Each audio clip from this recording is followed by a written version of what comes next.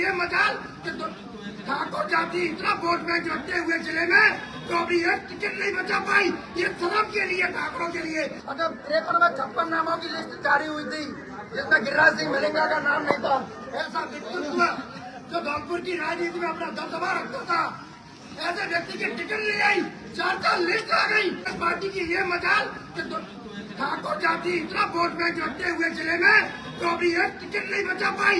ये शर्म के लिए ठाकुरों के लिए, ये इससे बड़ी शर्म नहीं है ठाकुरों के लिए।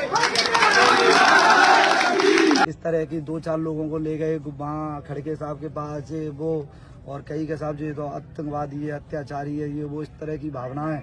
और इसको मतलब इस बात को भी हटा रहे हैं बीच में से कि इतना बड़ा लीडर और राजपूतों की संख्या जिले में सर्वाधिक ज्यादा है। राजा खेड़ा में और बसेड़ी में राजपूत ज्यादा हैं। तो भाइयों, धौलपुर जिले से क्षत्रिय राजा विक्रमादित्य परमार के वंशज गिरिराज सिंह मलिंगा की टिकट काट दी गई। राजस्थान में चुनाव आने वाले हैं और हम हमेशा बात करते हैं क्षत्रिय बाहुल्य पश्चिमी राजस्थान की, मेवाड़ की, हड़ौती क्षेत्र की, शेखावती की और ज़्यादा से ज़्यादा जयपुर की, लेकिन उससे आगे हम कभी नहीं बढ़ते।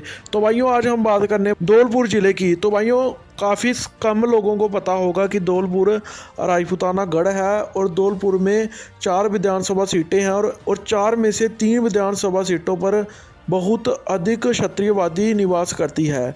तो भाइयों, धौलपुर जिसको राजा दौलन देव तोमर ने बसाया और आज भी वहाँ पर तोमर क्षत्रियों का ठिकाना बचा हुआ है और वहाँ पर कभी जादुओं क्षत्रियों ने भी राज किया और इसके अलावा वहाँ पर सिकरवार, परमार और इसके अलावा चौहान और बहुत सारे क्षत्रिय निवास करते हैं।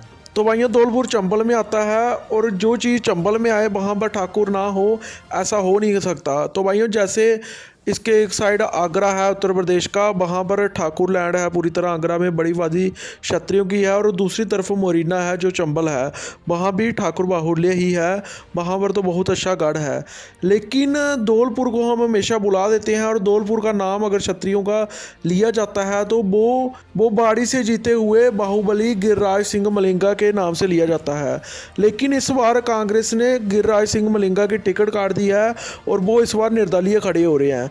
तो भाइयों, इसको क्या कहिए हम कि 4 में से 3 विधानसभा सीटों पर क्षत्रियों की एक अच्छी वादी है, लेकिन फिर भी सिर्फ 1 विधानसभा सीट पर ही क्षत्रिय जीत पाते हैं। तो भाइयों, 4 में से अगर पहली विधानसभा की बात करें तो क्षत्रियों के सबसे ज़्यादा वोट राजा खेड़ा विधानसभा सीट पर है, जहां पर 50,000 से ज़्यादा क्षत्रिय वोट है।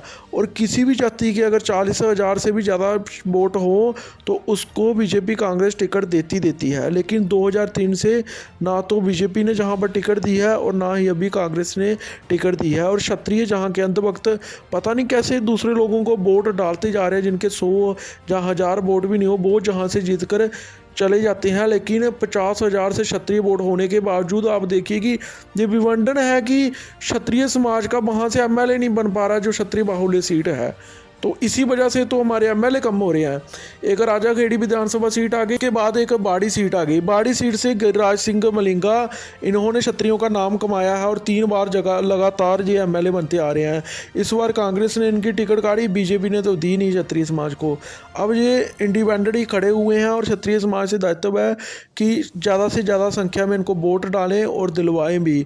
और तीसरी जो क्षत्रियों की टिकट है वो बसेड़ी से भी बनती है। बसेड़ी में लगभग 30,000 क्षत्रिय वोट हैं, जो कि एक जाति के मुताबिक पहले जाता, और इस बार कांग्रेस द्वारा उसकी टिकट भी काटना, बीजेपी द्वारा कोई टिकट नहीं देना, ये बहुत ही दुर्भाग्य है। और सभी क्षत्रियों से विनती है कि जहां पर थोड़ा ध्यान दें और जहां पर बेशक कल्चरली थोड़ा सा चंबल वाला मिलता है बागी ठाकुरों का, लेकिन बागी तुम रहे ही नहीं, तुम्हें टिकट नहीं मिल रही ना तो बीजेपी की और ना कांग्रेस की, तो फिर इनको वोट देकर क्या फ़ायदा।